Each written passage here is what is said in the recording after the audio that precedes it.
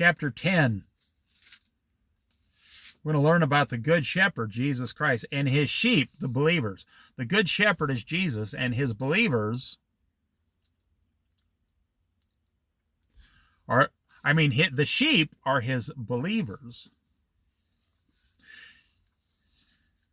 Very truly, I tell you, Pharisees, this is red letters, the words of Jesus.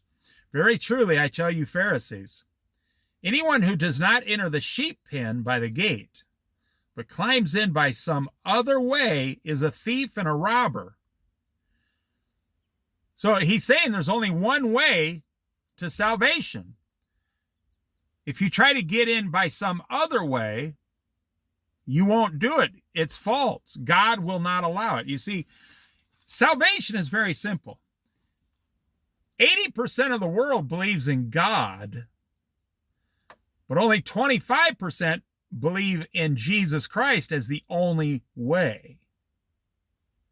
And actually, it's about 85% believe in God or a quote, higher power. But only 25% claim to be born-again Christians through Jesus Christ only. And here Jesus is saying there is only one way, to get into the sheep gate. That's heaven, so to speak. Very truly, I tell you, Pharisees, anyone, because they believe there were many ways to heaven, just like you hear famous people on the TV, they believe there's many ways to heaven. The one who does not enter the sheep gate by the pen, by the gate, but climbs in by some other way, is a thief or a robber.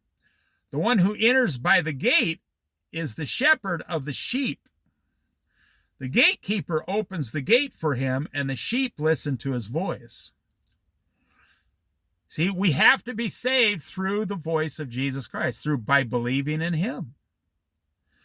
He calls and I talk to Jesus every day, all day. He calls his own sheep by name and leads them out.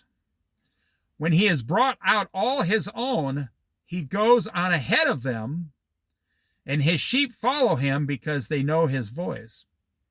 You see, if you have a problem in this world, Jesus, the shepherd, has already gone ahead of you. He's already made a way for you. He's gone ahead of you.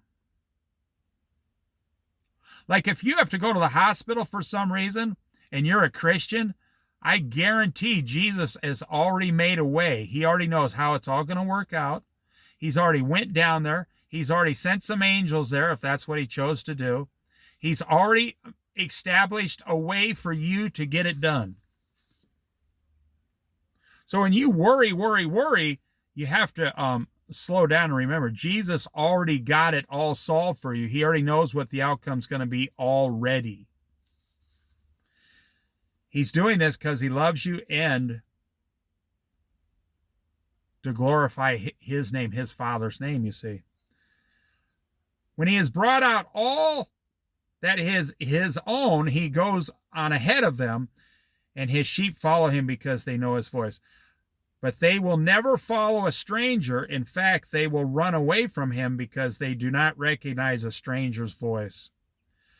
Jesus used this figure of speech, but the Pharisees did not understand what he was telling them. Now listen, people who are Christians following Jesus, you will not follow someone else's voice. You think you will. But maybe you're not a Christian, and I'm not trying to discourage you. I'm trying to tell you the truth. If you hear the voice of Jesus and say, I don't have time right now, you might not be an actual believing Christian. If you hear the voice of the world saying, come on down and get drunk tonight, and that's what you want to do, you might not have actually been saved. Because it's very clear here. Jesus said, the believers follow my voice. They will never follow the voice of someone else. Well, how many voices, are calling you in the world, the TV, the movies, the filthy movies, pornography, alcohol, liquor, smoking. Come on over here. Come on over here. you have to understand why. All these things exist to distract you away from Jesus, the voice, your master, your shepherd. The world is designed by the devil because he's fallen, the fallen angels, the devil, Lucifer, and he fell to earth, and God said he could rule this earth until the end of the 7-year tribulation. And so there are 100,000 voices down here on earth. I mean, things calling you. Oh, today I got to go buy me a toaster oven. I got to get a toaster oven. I can't live without a toaster oven. If a toaster oven is keeping you away from the voice of your shepherd, Jesus Christ, you're either one of two things. You're either a Christian who has fallen away into the world, or you were never a Christian in the first place and you never really followed Jesus in the first place. I was at a place once, and it was me. I was praying silently, and this guy wanted to ask me and another guy about Jesus. So we went out, took him out to dinner, and then we told him about Jesus. And he wanted Jesus. He wanted to accept Jesus. I saw that guy 3 years later, and I said, hey, and I know him. I mean, I knew him pretty well. I says, hey, so how's your relationship with Jesus going? And he looked at me and says, well, I went home the next week, and I thought about it, and then I never did anything about it. And I got to the point, I just really don't believe it. I said, it didn't stick with you. You were just saying you wanted to become a believer because we were there and we took you out to dinner. He said, yeah. He said, I don't think I believe in that. And I said, well, I'm a Christian. I pray that you will find Christ one day. And he says, well, I'll think about it. And then he had to go back to work. He was following the voice. He claimed to be a Christian in front of a whole bunch of people, but then, like the seeds sown along the path, his seeds were sown on rocky soil. They sprouted up quickly, but then the sun came out and scorched them, and they withered and died. That's what happened to his believing. He never ever got the real thing. Therefore, Jesus said again, very truly, I tell you, I am the gate for the sheep. I myself, I'm proud to be called a sheep of Jesus Christ. One day I'll be his, all the believers, the church, the true church will be the bride of Christ.